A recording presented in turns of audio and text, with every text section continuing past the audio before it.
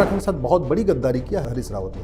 ये सारा का सारा जो वहाँ पे इन्फिल्ट्रेशन हुआ, जो बसे हैं ना ये रोहिंग्या बांग्लादेशी, ये सारे के सारे हरीश रावत के संग बसे। जब तक घूसखोरी बंद नहीं होगी तब तक घुसपैठ नहीं बंद होगी, और जब तक घूसखोरी बंद नहीं होगी तब तक अवैध निर्माण बंद नहीं होगा। ये जितना अवैध निर्माण हुआ है सारा का सारा जो रूट है वो है पैसा। पूरा सरकारी जमीन पे उस समय उत्तराखंड हमारा नेक्स्ट कश्मीर बनने वाला, नेक्स्ट कश्मीर। जब तक घुसपैठियों के मददगारों के ऊपर कार्रवाई नहीं होगी, जिन्होंने राशन कार्ड उपलब्ध कराया उनको पकड़िए, वोटर आईडी जिन्होंने मदद किया है डायरेक्ट इनडायरेक्ट, सबको पकड़ के इनकी नागरिकता खत्म करिए, इनको देशद्रोही घोषित करिए। जहां झुग्गी वहां मकान। ये जो नेटिव, ये जो दिमाग में चला गया ना जजों के कि भाई ठीक है पर ये झुग्गी बनाया, इनको उजाड़ना है तो पहले कुछ बना के दो। क्यों बना के दो? टैक्स पेयर क्या इसी काम के लिए जीएसटी दे रहे हैं, इनकम टैक्स दे रहे हैं, टोल टैक्स दे रहे हैं, रोड टैक्स दे रहे हैं, वैट दे रहे हैं, टीडीएस दे रहे हैं कि ठीक है झुग्गियां बनती रहेंगी और हमारे पैसे से उनको मकान बना के देते जाओ। कनाडा की जनसंख्या 4 करोड़ है, भारत में 5.5 करोड़ घुसपैठिए रहते हैं, कनाडा से ज्यादा रहते हैं। कई देशों की जनसंख्या से ज्यादा हमारे देश में घुसपैठिए रहते हैं। अरब की जितनी जनसंख्या उससे ज्यादा भारत में घुसपैठिए रहते हैं। बर्बाद हो जाएंगे अगर हमने इनको नहीं निकाला तो।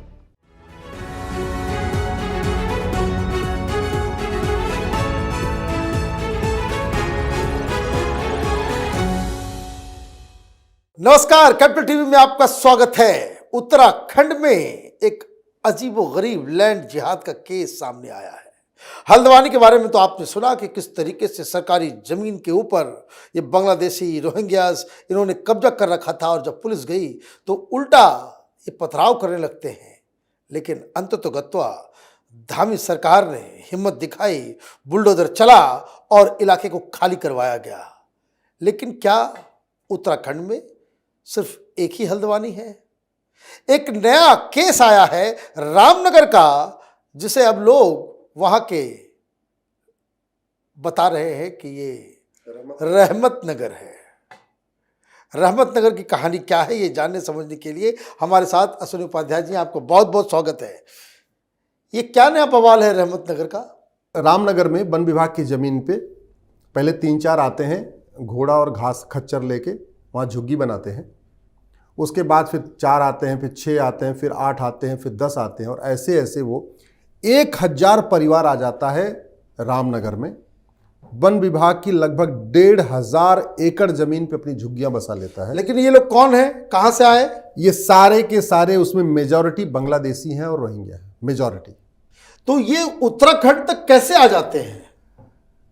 बॉर्डर पे 2000 रुपए देते हैं, अंदर आ जाते हैं। अंदर आते हैं, उनके पास पूरा सिंडिकेट है, वो सिंडिकेट इनको पहुंचाता है, और बड़े प्लान्ड वे में पूरा जो स्ट्रक्चर हो रखा है पूरे देश में। अभी एनआईए ने छापा मारा था भारत के 55 शहरों में, तो वहाँ इनके ऑफिस मिले हैं, घुसपैठियों के ऑफिस मिले हैं बांग्लादेशी रोहिंग्या के, जिनका काम है घुसपैठियों को जगह जगह पॉकेट में ले जाना, वहाँ उनकी झुग्गी बनवाना, उनको राशन कार्ड बना के देना, उनका आधार, ड्राइविंग लाइसेंस, वोटर आईडी सब बनवा के देना। पूरा प्लान्ड वे में स्ट्रक्चर बना हुआ है। वहाँ का एमएलए होगा उस तरह का, वहाँ का एमपी उस तरह का होगा, इसके लिए हाँ तो बाकायदा उसकी फंडिंग है। यहाँ क्या हुआ है कि 1500 एकड़ वन विभाग की जमीन पे रामनगर में एक पूरी कॉलोनी बना दिया। कॉलोनी का नाम रख दिया रहमत नगर, और बड़े चालाकी से क्या किया, पहले 2000 रुपये दिया आधार बनवाया, फिर 2000 रुपये दिया राशन कार्ड बनवाया, फिर 2000 रुपये दिया बर्थ सर्टिफिकेट बनाया, फिर 3000 रुपये दिया ड्राइविंग लाइसेंस बनाया। जब सब बन गया तो चुनाव आया तो वोटर आईडी बनवा लिया, और जानते हैं वहाँ की ग्राम प्रधान जो है वो खुद ही उनकी मुस्लिम बन गई। तो एक घुसपैठ उन्हीं में से एक प्रधान भी बन गई। आज की डेट में जो वहाँ प्रधान है वो उन्हीं की है। माय गॉड, 4000 वोटर उन्होंने बना लिए अपने, 4000 वोटर। आप सोच लीजिए, इसका मतलब वहाँ 10,000 के आसपास लोग रह रहे हैं। अगर वोटर 4000 हैं तो टोटल जो संख्या होगी 10,000 के आसपास होगी। एक और उन्होंने बड़ी कलाकारी किया कि झुग्गी नंबर 1 वाले ने अपनी जमीन 10 रुपए के स्टैंप पेपर पे झुग्गी नंबर 2 को दे दिया। झुग्गी नंबर 2 वाले ने 10 रुपए के स्टैंप पे झुग्गी नंबर 3 को दे दिया। तो जब प्रशासन पहुंचा, बोले तुम यहाँ कैसे रह रहे हो? बोले जी हमने तो खरीदा हुआ उससे। तुम कैसे रहे? हमने उससे खरीदा। तुमने कैसे रह रहे उससे? तो उन्होंने आपस में ही 10-10 रुपए के स्टैंप पेपर पे जमीन एक दूसरे को ट्रांसफर कर दिया, जिससे कल को कोई आए हमारे पास तो हम बता दें ये जमीन हमने तो बाकायदा तहसील में जाके लिया है। तो तहसील में जो लेखपाल है, पटवारी हैं, सब माल खाया है, सबने माल खाया है। बिजली विभाग वालों ने माल खा के वहां बिजली का कनेक्शन दिया है। सड़क विभाग वालों ने मोटा माल खा के उनको सड़क बिछा के दिया है।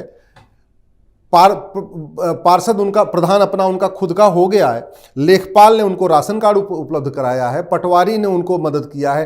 पूरा का पूरा जो सरकारी अमला था ना, वो 2-3 हज़ार रुपये में बिकता गया और रामनगर रहमत नगर बन गया। इसलिए मैं बार बार कहता हूं, जब तक घूसखोरी बंद नहीं होगी तब तक घुसपैठ नहीं बंद होगी, और जब तक घूसखोरी बंद नहीं होगी तब तक अवैध निर्माण बंद नहीं होगा। ये जितना अवैध निर्माण हुआ है, सारा का सारा जो रूट है वो है पैसा।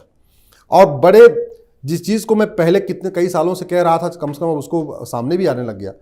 कश्मीर के बाद जो उनका अगला टारगेट है वो उत्तराखंड है। हिमाचल और उत्तराखंड दोनों राज्य। हिमाचल में इसके पहले की जो हरीश रावत की सरकार थी, उत्तराखंड में उसने देश के साथ बहुत बड़ी गद्दारी किया, उत्तराखंड के साथ बहुत बड़ी गद्दारी किया हरीश रावत ने। ये सारा का सारा जो वहाँ पे इन्फिल्ट्रेशन हुआ, जो बसे हैं ना ये रोहिंग्या बांग्लादेशी, ये सारे के सारे हरीश रावत के समय बसे हैं। क्या फायदा हुआ? वही हरीश रावत जो एक मुस्लिम यूनिवर्सिटी बनाने की बात कर रहे थे ना, कि हम उत्तराखंड में एक मुस्लिम यूनिवर्सिटी बनाएंगे, वही हरीश रावत ने उत्तराखंड के साथ बहुत बड़ा धोखा किया है। पूरे की पूरे वहाँ जंगल, पौड़ी, गढ़वाल, इधर भीमताल, उधर नैनीताल, आप कहीं पे भी जाइए, चूंकि दूर दूर तक जंगल है, गांव होते नहीं है, वहाँ जाके वो बाकायदा बस गए अंदर, सब सरकारी जमीन के ऊपर, पूरा सरकारी जमीन पे। उस समय उत्तराखंड हमारा नेक्स्ट कश्मीर बनने वाला, कुछ लोग तो ये भी कहा था कि भाई बद्रीनाथ में वहां पे मस्जिद खुल गया था। अरे कह तो रहा हूँ, आप इधर से चलिए, हरिद्वार से आगे बढ़िए, आप ऋषिकेश, कर्णप्रयाग, देवप्रयाग, पंचप्रयाग, आगे बढ़ते जाइए, आपको सड़क के किनारे थोड़ा सा अंदर घुसिए, सड़क पे तो कम दिखाई पड़ेंगे, जैसे ही सड़क से 1 किलोमीटर आप अंदर जाएंगे जो हाईवे है, तो मस्जिदें दिखने, सारी मस्जिदें दिखने शुरू हो जाएंगी। बाकायदा वहाँ मदरसे खुल गए हैं, वहाँ पे बाकायदा भेड़ बकरियाँ उन्होंने पालन कर लिया है। सारा कुछ एक तरीके से पूरे उत्तराखंड का इस्लामाइजेशन हो चुका है। ये तो अच्छा हुआ कि कम से कम वहाँ पे धामी जी की सरकार आ गई, उन्होंने काम शुरू कर दिया, अदरवाइज तो उत्तराखंड पूरा बर्बादी की तरफ चला गया है। ये तभी रुकेगा मनीष जी, जब सबसे पहले भय बिन होए न प्रीत, कठोर दंड व्यवस्था होगी। जो यहाँ घुसपैठियों को बसाते हैं ना, जो जब तक घुसपैठियों के मददगारों के ऊपर कार्रवाई नहीं होगी, जो घुसपैठी जिन्होंने बस उपलब्ध कराया, बांग्लादेश के बॉर्डर से उत्तराखंड पहुंचाया, उन बस वालों को पकड़िए। जिन्होंने राशन कार्ड उपलब्ध कराया उनको पकड़िए, वोटर आईडी जिन्होंने मदद किया है डायरेक्ट इनडायरेक्ट, सबको पकड़ के इनकी नागरिकता खत्म करिए, इनको देशद्रोही घोषित करिए। और सबके सरगना को अगर आप पकड़ना शुरू कर देंगे तो बहुत सारे सेक्युलर नेता तो नप जाएंगे इसमें। देखिए स्वाभाविक सी बात है, बिना पॉलिटिकल सपोर्ट के नहीं होता, बिना पॉलिटिकल सपोर्ट के हो ही नहीं, कुछ नहीं हो सकता। ये सारा का सारा पॉलिटिकल सपोर्ट है। वो आते हैं, उनको पता है कानूनी सपोर्ट भी है, कोर्ट का भी सपोर्ट है और पॉलिटिकल सपोर्ट भी है। राइट। इस देश में जो अवैध निर्माण हो रहा है उसके लिए बहुत हद तक जुडिशरी जिम्मेदार है। हल्द्वानी का मुकदमा 7-8 साल चला, हाईकोर्ट ने कहा खाली करो, और वो लोग आए सुप्रीम कोर्ट, तो सुप्रीम कोर्ट कह रहा हाँ ठीक है भाई, देखो कहाँ जाएंगे बेचारे, इनके लिए कुछ व्यवस्था करो। अरे कोई आदमी झुग्गी बना रहा है, कोर्ट कह रहा है इसको मकान बना के दो, तो ये तो सुप्रीम कोर्ट और हाई कोर्ट इसका मतलब झुग्गियों को बढ़ा रहा है। अगर बड़ा नहीं, सुप्रीम कोर्ट और हाई कोर्ट ये कह रहा है कि कोई भी आम जनता सरकारी जमीन पर जाकर के कब्जा कर लो, हाँ। फिर बाद में हम तुमको जो है एक अल्टरनेटिव व्यवस्था कर देंगे जो तुम्हारा अपना होगा। जहां झुग्गी वहां मकान, ये जो दिमाग में चला गया ना जजों के, कि भाई ठीक है, पर ये झुग्गी बनाया, इनको उजाड़ना है तो पहले कुछ बना के दो। क्यों बना के दो? टैक्स पेयर क्या इसी काम के लिए जीएसटी दे रहे हैं, इनकम टैक्स दे रहे हैं, टोल टैक्स दे रहे हैं, रोड टैक्स दे रहे हैं, वैट दे रहे हैं, टीडीएस दे रहे हैं, कि ठीक है झुग्गियां बनती रहेंगी और हमारे पैसे से उनको मकान बना के देते जाओ। कायदे से ये जो उत्तराखंड की डेमोग्राफी बदल रही है, इसमें हरीश रावत की सरकार के साथ, कांग्रेस की सरकार के साथ साथ जुडिशरी भी जिम्मेदार है। आज तक कहीं भी मैंने इतने फैसले देखे, कभी भी सुप्रीम कोर्ट, हाई कोर्ट ने कोई जजमेंट नहीं दिया कि भाई अवैध निर्माण किया, इसके 100% प्रॉपर्टी जब्त करो, इसके खिलाफ कठोर कानून बनाओ। इलीगली आया तो उसको 100% जेल में डालो। आज तक घुसपैठियों के खिलाफ हमदर्दी दिखाने के अलावा कुछ नहीं हुआ है, कुछ नहीं हुआ है। और ये सुप्रीम कोर्ट, हाई कोर्ट ने किया है, घुसपैठियों के खिलाफ हमदर्दी दिखाया, अवैध निर्माण करने वालों के खिलाफ हमदर्दी दिखाया, झुग्गियां जो बार बार बसा रहे हैं, प्लान वे में बसा रहे हैं, उनके खिलाफ हमदर्दी दिखाया, ना कभी डायरेक्शन दिया। भाई सुप्रीम कोर्ट अपनी इनहेरेंट पावर यूज करता है, उस पावर को यूज करके कह देता भाई ठीक है, काम करो, इनकी 100% प्रॉपर्टी जब्त करो, एक काम करो, इनके ऊपर देशद्रोह का मुकदमा चलाओ, ये अवैध रूप से भारत में एंटर कर रहे हैं, इनके खिलाफ देशद्रोह। आज तक कभी किसी घुसपैठियों को सुप्रीम कोर्ट ने देशद्रोही नहीं कहा, कभी ये नहीं बोला इसकी सिटीजनशिप खत्म करने की व्यवस्था करो। तो ये जो एक तरीके से पॉलिटिकल पार्टियों का सपोर्ट, तथाकथित सेकुलर पार्टियों का सपोर्ट, ऊपर से जुडिशरी का सपोर्ट, ये हमारे लिए बहुत घातक है। शायद सुप्रीम कोर्ट के जजों को समझ में नहीं आ रही है कि देश कैसे खोखला होता जा रहा है। 9 राज्यों की डेमोग्राफी बदल चुकी है, 200 जिलों की डेमोग्राफी बदल चुकी है, 900 तहसीलों की डेमोग्राफी बदल चुकी है, बॉर्डर की जो 300 तहसीलें हैं हमारे देश की, उनकी पूरी की पूरी डेमोग्राफी बदल चुकी है। इस बात को शायद सुप्रीम कोर्ट के जज समझ नहीं आ रहा, क्योंकि वो बड़ी सिक्योरिटी में रहते हैं, पूरी फुल प्रूफ Z+ की सिक्योरिटी में रहते हैं। उनको जमीनी हकीकत पता नहीं कि भारत की डेमोग्राफी बदल कैसे रही है। उनको शायद ये इतिहास भी नहीं पता कि 1805 में अफगानिस्तान के प्रधानमंत्री पंडित नंदराम टिक्कू थे और वो गंधार अफगानिस्तान हो गया। उनको शायद ये नहीं पता कि पाकिस्तान का विभाजन क्यों हुआ और पाकिस्तान में हिंदुओं की क्या स्थिति है।